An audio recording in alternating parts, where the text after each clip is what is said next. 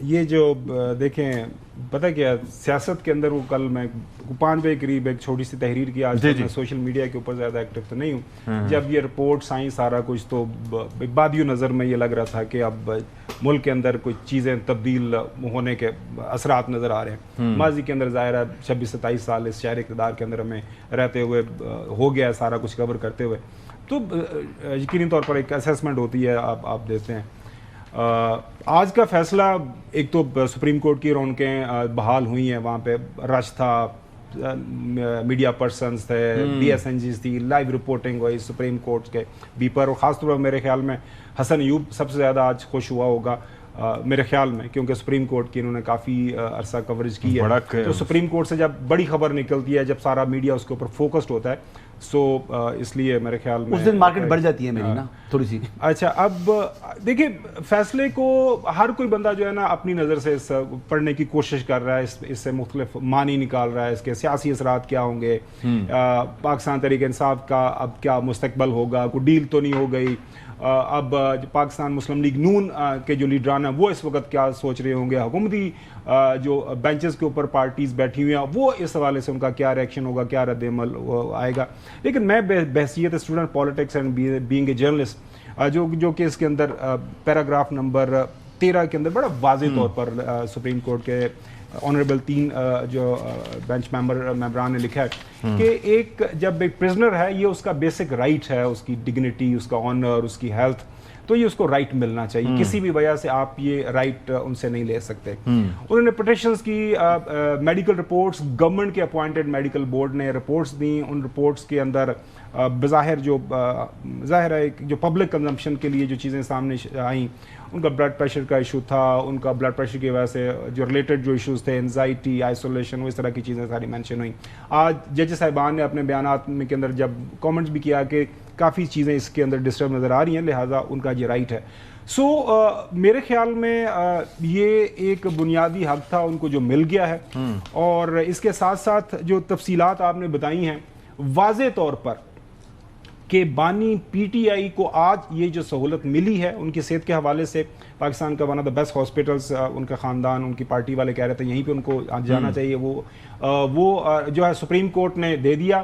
اب میرے خیال میں سب سے اہم بات اس کے اوپر جو میری نظر میں وہ یہ ہے کہ پاکستان تحریک انصاف کے اوپر جو قدغنیں لگائی گئی ہیں, نو پالیٹکس, نو پروٹیسٹ, نتھنگ ایلس, صرف اور صرف یہ جو ہے ان کی صحت کا معاملہ ہے, اور صحت کے معاملے کے اوپر کسی طرح کی کوئی سیاست نہیں ہونی چاہیے.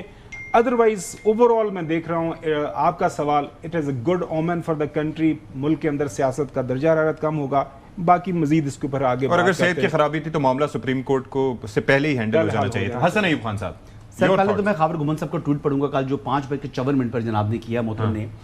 کچھ لوگ بھول جاتے ہیں کہ سیاست نام ہی ناممکنات کو ممکنات میں تبدیل کرنے کا ہے. اب ایک بار پھر ملک میں کچھ ایسا ہی ہوتا ہوا نظر آ رہا ہے. ایک لفظ بتایا ہو کہ جناب اسپتال شفٹ ہوں گے, ایک لفظ بتایا ہو کہ بنیگالے شفٹ ہوں گے, ایک لفظ بتایا ہو کوئی ایسی بات کی ہو, ٹھیک ہے جی, اس کے بعد کہتے ہیں کچھ بھی نہ کہا اور کچھ کہہ بھی گئے. یہ اب لفاظی میں جتنا مرضی جناب خطاب دینا چاہیں, میرے دوست کا نام بھی خطاب ہے, لیکن میں وہ خطاب اگر آپ ان کو دینا چاہیں تو دے دیں, مجھے کوئی مسئلہ نہیں ہے. لیکن میں جو کہہ رہا ہوں کہ جہاں تو انہوں نے کہا ہوتا نا, پھر تو میں بالکل کھلے دل سے تسلیم بھی کرتا. آج بھی میں کہتا ہوں نہ خیبر پختونخوا نہ بنی گالا, کپتان رہے گا صرف اڈیالہ. اچھا, میں کیا کہہ رہا ہوں, صرف اڈیالہ. وہ ان کو نیکسٹ اسٹاپ شفا ہاسپٹل, لیکن ان کو چیک اپ کرانے کے لیے وہاں پر بھیجا جائے گا.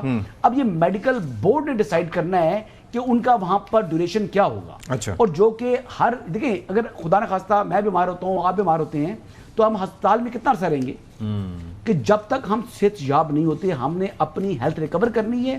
اس ٹائم تک جناب کپتان نے رہنا ہے شفا, اس کے بعد کہاں جانا ہے انہوں نے, آپ بتائیں مجھے.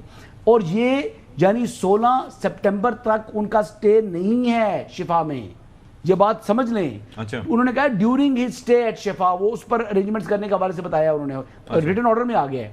اب ریٹن آرڈر کہتا ہے کہ خان صاحب اتنا عرصہ ہی رہیں گے جب تک وہ اپنی ہیلتھ ریکور نہیں کرتے. As soon as he will recover his health he will go back to Adiala, کیونکہ وہ اڈیالہ کے چانس دے رہے ہیں. تو معمولی آدمی تھوڑی ہے. کتنا ٹائم لگ سکتا ہے اس میں, مطلب کیونکہ وہ 4 ماہ لگ سکتے ہیں.